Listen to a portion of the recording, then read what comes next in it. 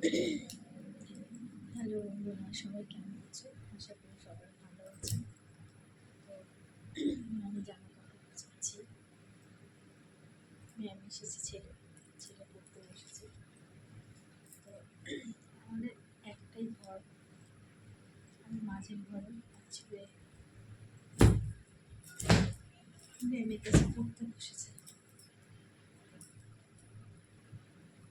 তার জন্য ভাবছি আমি জামা কাপড়গুলো গুছিয়ে নিই।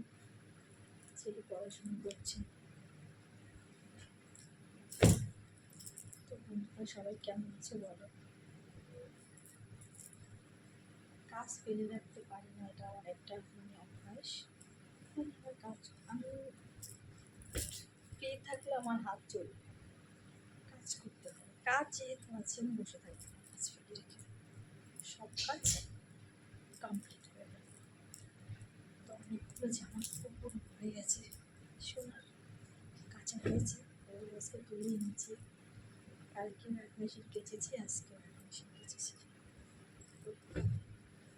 এগুলো নিয়ে এসেছি। কত জামা কাপড় ভাঁজ করেছি। এটা হচ্ছে সোনার পাঞ্জাবি।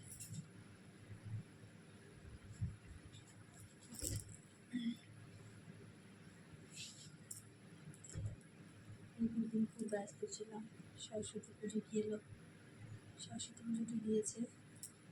বাড়িতে সরস্বতী পুজো করেছি সোমবারে, রবিবারে স্কুল ছিল ছেলের। বন্ধুরা সবাই কেমন আছে?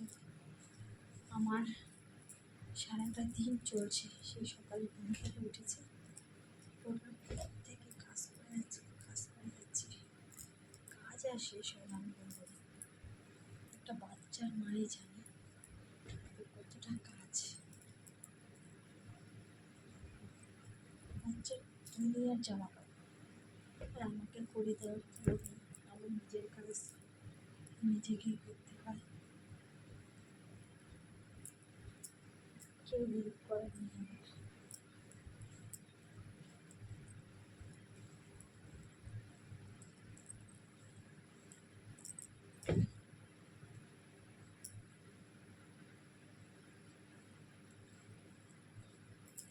সোনার অনেক জামা কাপড় কাচা হয়েছে, সব ভাঁজ করে গেল।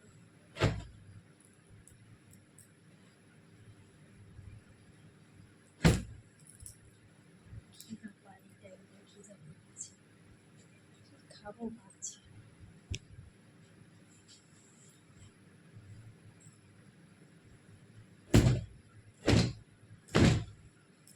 ভালো করে না জানলে না দুটো সাবান, এখানে একটা সাবানের একটা থাকে।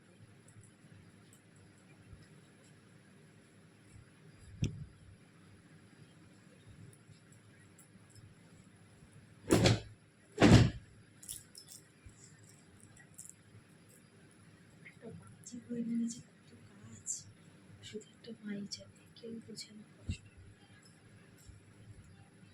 কেউ বোঝে না, কেউ না।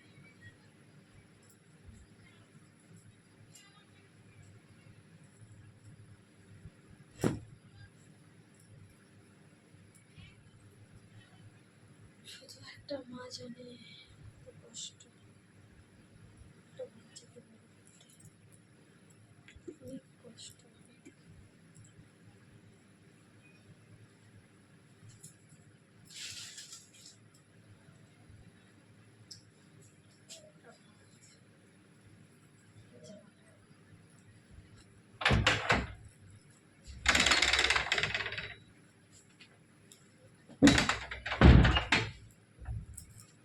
বড় জামা কাপড় কাচা হয়েছে, মোজা একটা মনে দেখতে পাচ্ছি, একটা মোজা কোথায় আছে।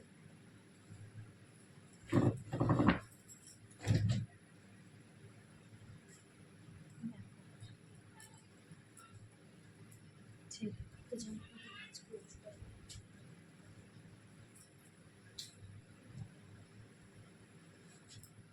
দূরে যা করে।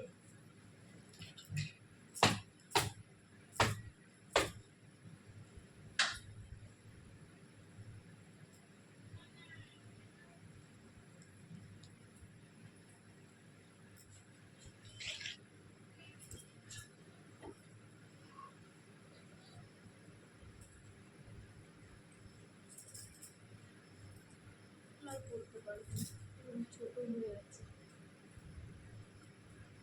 ঠান্ডাটা হঠাৎ করে যে পড়ে গেল,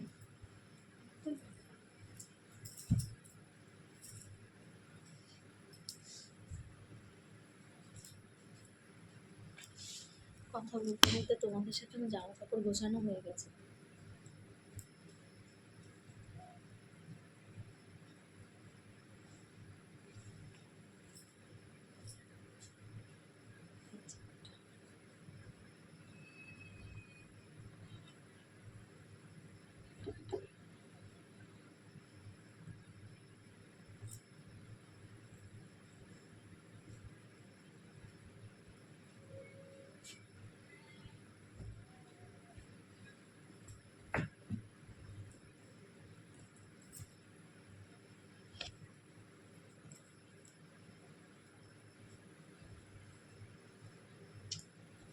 একটা মজা খুঁজে পাচ্ছি না।